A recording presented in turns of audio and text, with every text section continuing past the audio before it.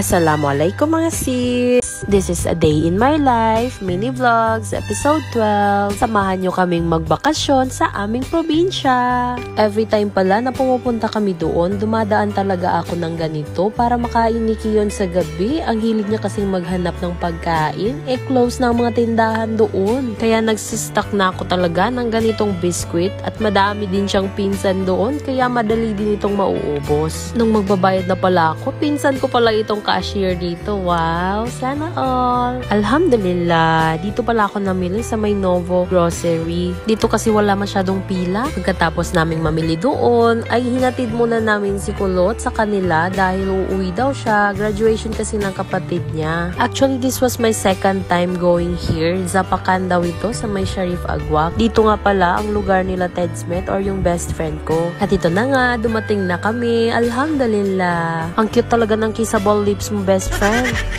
Yan na si Madam, busy naman. Pagdating nga pala namin, pinaghanda na nila agad kami na makakain. Grabe, ang tagal ko na rin hindi nakakakain nito dahil wala na ito sa Cotabato. Ibang-iba talaga yung sarap nito. Na-miss ko talaga ito. Ganito pala yung pagkain nitong suso, sis. Kailangan mo lang sipsipin hanggat ma-realize mo na kahit anong gawin mo, hindi ka na talaga niya mahal.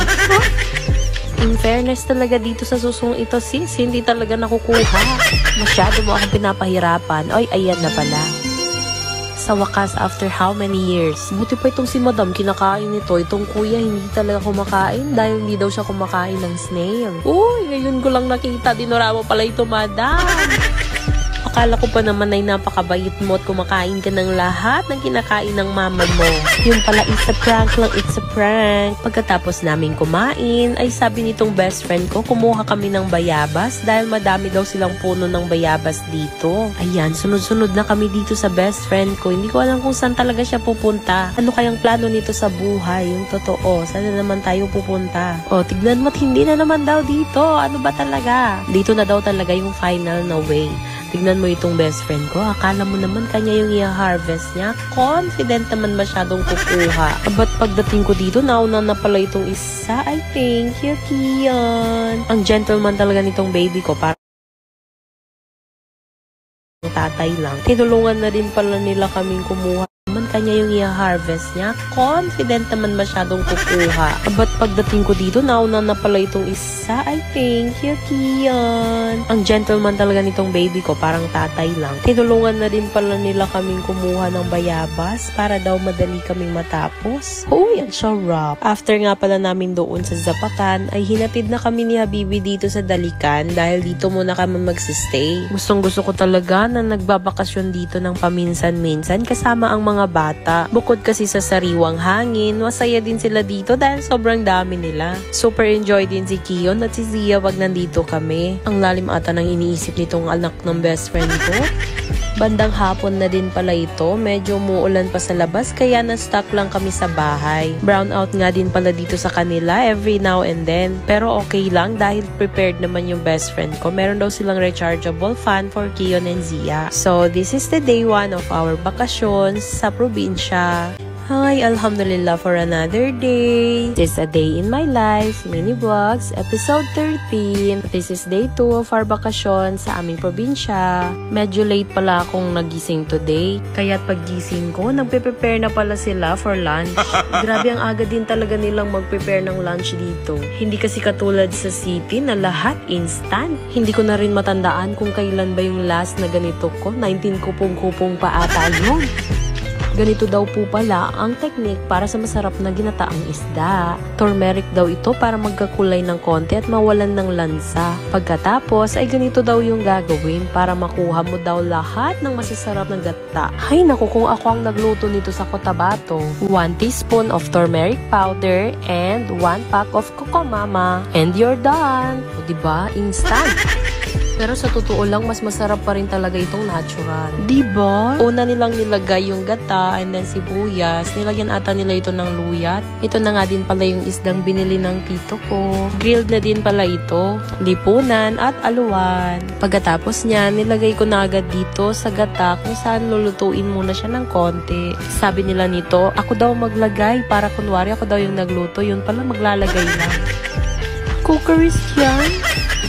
Ay sis, ito nga pala yung mga supplier ko ng chismis. Kaya kahit nasa loob ako ng bahay, alam na alam ko talaga kung ano ang latest. Ito nga pala ang favorite part ni Kion dito, ang sumakay nitong motorcycle. Ako naman, ito ang pinaka-favorite part ko, yung wala kang gagawin, wala kang iniisip, chismis mula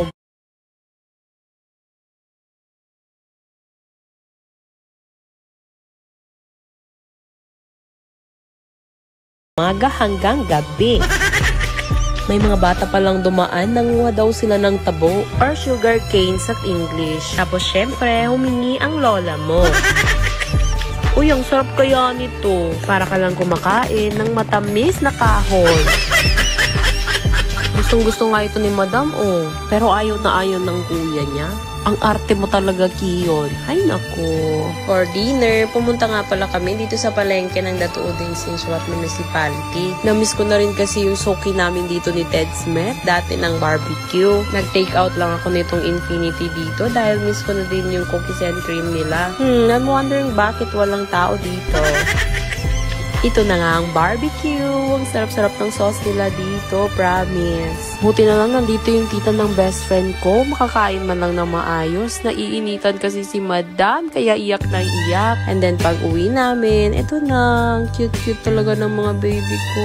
Hi, alhamdulillah for another day. This is day 3 of our bakasyon sa probinsya. Wala kami masyadong ginawa today dahil umuulan. Saka pa tumila ang ulan nung hapon na. Kaya nung bandang hapon na, ayan, nag-TikTok ang mga person. Ang titigas ng ulo. Hindi pa rin makuha kahit ilang practice na. Actually, may plano talaga kami ng best friend ko nito na i-prank itong isang best friend namin. Kunwari sana mag-aaway kami ng best friend ko. Kaso, it's a prank. Hindi kami marunong mag-away. Natatawa talaga kami.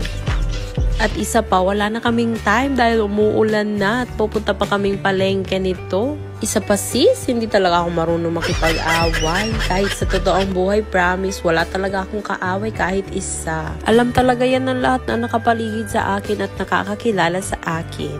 Alhamdulillah, hindi po pala away talaga ang beshi mo. Ito na nga pala yung final namin na TikTok. Kunwari nito, nagkakamali itong best friend ko para mag-away kami. Ang ending, hindi ako marunong mang-away sis, natatawa talaga ako. Ay nako, bahala ka dyan best friend, ayoko na. After nito, pumunta na agad kami ng palengke para mamili ng magiging ulam namin for dinner. At ito na nga ang kanilang palengke dito. Ang dami-dami pala naming namalengke kasama pati lahat ng bata. Syempre, the more the merrier. Tignan mo nga itong si Kian, super arty talaga. Sabihin ba naman sa akin itong, Mama, it's so bado here. Abay, malamang dahil palengke ito, hindi mall. Ang pinamili pala namin nito ay paa ng manok dahil aadobohin ko at hotdog para sa mga bata. Grabe, ang strong talaga nitong dalawa. Tingnan mo, may dala-dala pang bata pero parang wala lang sa kanila. Tingnan mo ako, may assistant pang magdadala kay Baby Zia dahil ayaw ko magdala. It's a babigat. Then after naming mamalengke, ito na, okay na. Hello, madam. Nawala pa talaga ng best friend ko. Ang susi ng motor niya, ay naku talaga. Nung pauwi na nga pala kami, may pinagkakaguluhan pala yung mga tao dito. Buti na lang at tapos na palang mga pangyayari nung dumaan kami. May barilan palang naganap nito sis. May mga bata pa naman kaming dala nito. Alhamdulillah, tapos na daw pala ang barilan nung pagdaan namin. Dumaan nga pala muna kami dito dahil gusto daw ni Kion ng ice cream. Tumawag nga pala nito si Habibi, may extend daw yung stay namin dito dahil nag-Davao siya. Kaya namili na ako agad dito ng makakain at mauulam namin. Ay sana all, ang daming dala. Uy sis, konting story time lang pala sa buhay ko. Matagal din pala kaming tumira dito banda dahil ang tatay ko hindi matahimik sa isang lugar. Kaya halos lahat ng mga tao dito kilala ko rin talaga. Pagdating nga pala nito ng bahay ng best friend ko, nagluto na ako agad ng Adidas o paan ng manok na aadobohin ko.